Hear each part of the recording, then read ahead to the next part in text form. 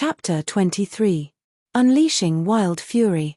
Don't say anything to me, you hear? Don't say a damn thing to me, Constance raged. Bright. I'm my own big woman and I can talk as I like. I don't want anybody to say anything to me, you hear me? I ever tell you to shut up, when you talking? She asked Lola, chewing on her bottom lip and sauntering up to her. I never tell you to shut up, Aunt Constance, Lola said, unfazed. I just say you should calm down. You know how long you talking? Bout the same teeing over and over and over again. Who don't like you? Who wicked? I agree that people wicked, but you supposed to tired now. She tried to embrace Constance. Move away from me. You a hypocrite, too. Constance shooed her away with her left hand, like she was one of the fowls or rover who was making a nuisance of himself. Me? Lola asked, staring at Constance, her mouth wide open. Me, she repeated, slapping her chest. Me not a hypocrite. What I do, Aunt Constance? She turned to the door. Gee, you hear what Aunt Constance say, Aunt Prudence? She turned back to Constance. Aunt Constance, you know that's not true. She stared at Constance as if she were waiting for her to recount her statement about her being a hypocrite. Constance glared at her as if she were something vile that Rover had dragged into the yard. You think I don't know what going on, she scoffed. Siding with you bad mind, lying granny. Everything that happened here you go tell her. And you know she can't keep her mouth shut. Spreading damn lies bout me. If she ever bad and decide to come over here again, I going to tell her some things, you see. Lola frowned. She looked down the hill. The road was clear and there was no movement across the hill. Constance's eyes followed hers. The top of Rose's house shimmered through the colorful foliage. If you bad, Cousin Rose, come over here, now, she screamed, her voice bridging the gap between the two houses, perking up the ears of the occupants of the other houses over other hills and down in the valley.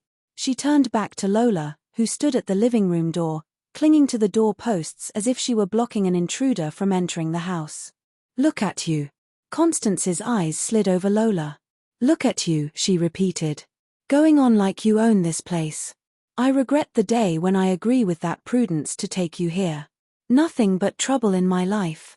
I can bet Prudence do this all on purpose, just to aggravate me. The two of you here ganging up on me. You think I afraid. The two of you don't know who you messing with. Nobody not ganging up on you, Aunt Constance, Lola said.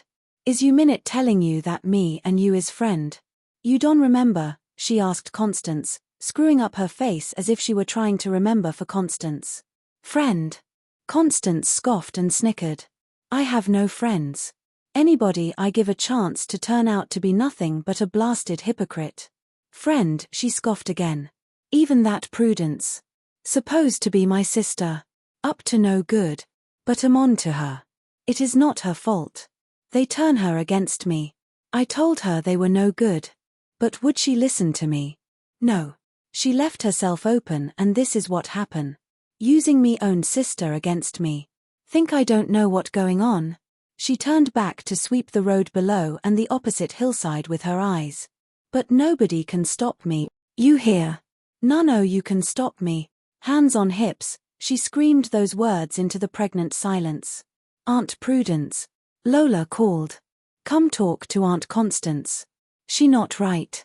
Lola kept her eyes fastened on Constance.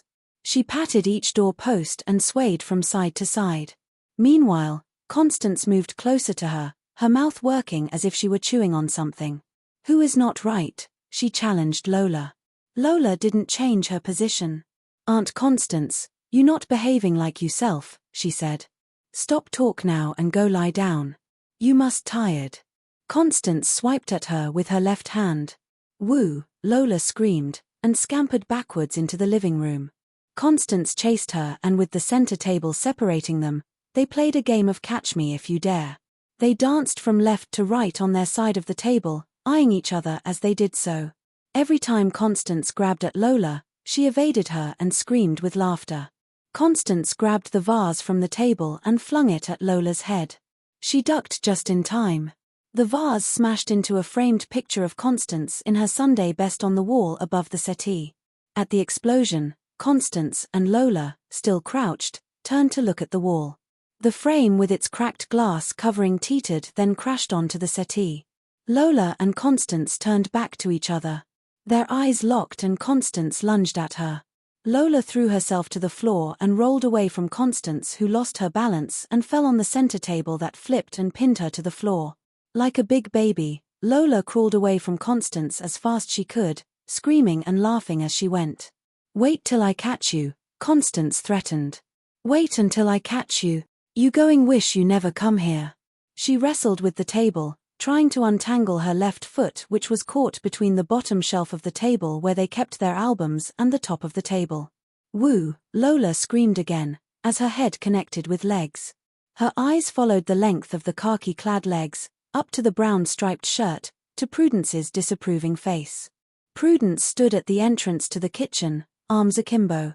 "What the hell happened out here?" she asked, looking from Lola on her knees in front of her to Constance, who was trying to extricate herself from under the overturned table. "You two decide to mash up every god thing I have in this place. Don't tell me it's my good vase the two of you break. You know how far I carry it from and how much money I pay for it. Lord, give me the strength to cope," she wailed, her arms in the air. "You look like you getting in the spirit, Aunt Prudence," Lola said, trying to swallow a laugh. Prudence reached down to drag her by the back of her shirt to her feet. "Get up off the floor and behave like somebody with sense." Lola sprang to her feet and began to brush imaginary dust from her clothes. "Aunt Constance started," she said. "If you did come when I call you, this would happen." Prudence ignored her, walked over to Constance and raised the table from off her. "You all right?" she asked her. Constance shook out her legs and raised herself to a sitting position. She glared up at Prudence. "Move away from me. You caused this to happen. Carry people in my house to make fun of me. Hypocrites all of you." She held on to the side of the table and tried to stand. Prudence reached down to help her. She slapped her hand away. "I don't want any help from you. Blasted hypocrite. Wicked like all o' them." She finally managed to raise herself to her feet and faced Prudence. She balled her hands into fists, grabbed her bottom lip between her teeth and moved close to Prudence, until she was toe-to-toe with her.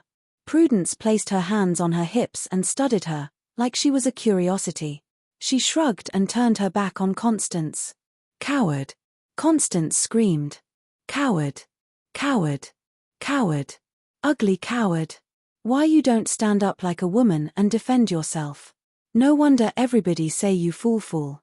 Prudence held out her hands in front of her and examined her palms. Then she flipped them over, flexed them and stared at her knuckles.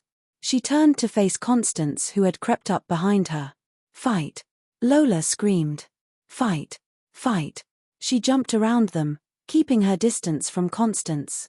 "I would fight for less than that, Aunt Prudence," she said through her laughter. "Shut up, Lola," Prudence said, without taking her eyes off Constance. "Go clean up the mess that the two o' you made. It not me do anything. Is Aunt Constance." She. Lola eyed Constance and sidled off, covering her mouth and releasing garbled laughter. "The table really strong," she said, glancing back and smiling at Constance, who looked like a dog caught between two options: attacking the stranger entering the gate or continuing to wrestle with the bone that its mistress had just given it. "You are sick," Prudence said to her, "so I won't take you on. But don't think that I won't crush you to dust if you try to fight me in here."